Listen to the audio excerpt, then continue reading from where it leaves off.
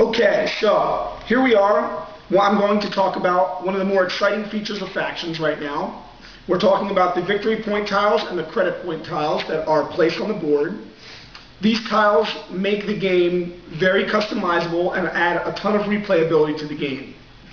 They can be interchanged any which way you want, and depending on the way you place the tiles on the board prior to a game will really help determine what style game you're going to end up playing.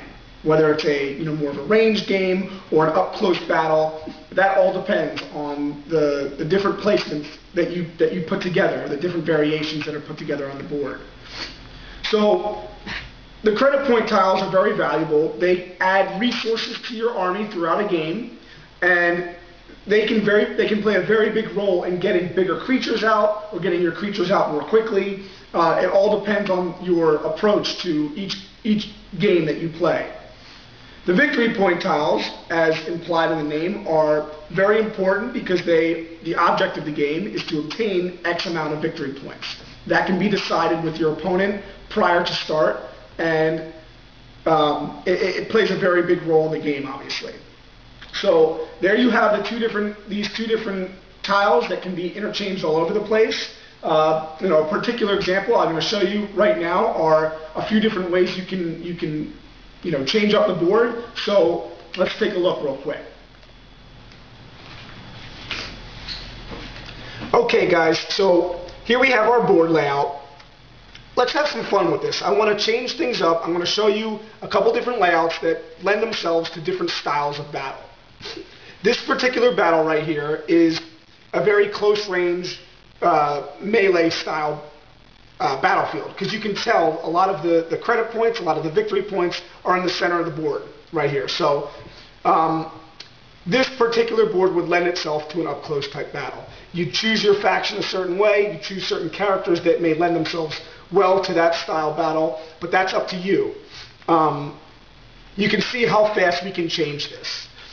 So taking these off, moving these around, let's add another victory point right here. So now we have 5 victory points. And when we have more victory points, the game is going to, the length of the game and the speed of the game is going to change. Because if you have more victory points, you're going to obtain more victory points more quickly. So, you could, if you wanted to, add more victory points to the length of the game, meaning, you need, instead of our suggested point total is 12, instead of having 12, you could have 18 or 20. That's up to you and your opponent. We suggest certain styles of games for you, but the possibilities are endless, which is great.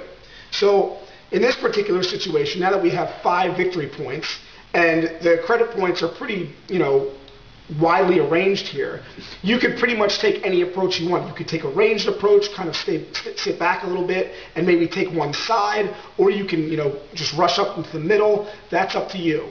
But again, take one of these out, put this here. Now you only have 4 victory points. We can put the victory points just directly in the middle. Take one of them out. Now we've only got 3. You can see, have fun with it. That's the best part of this game, is that everything is customizable and interchangeable. We want you to have a good time doing that and finding out what style game you enjoy playing.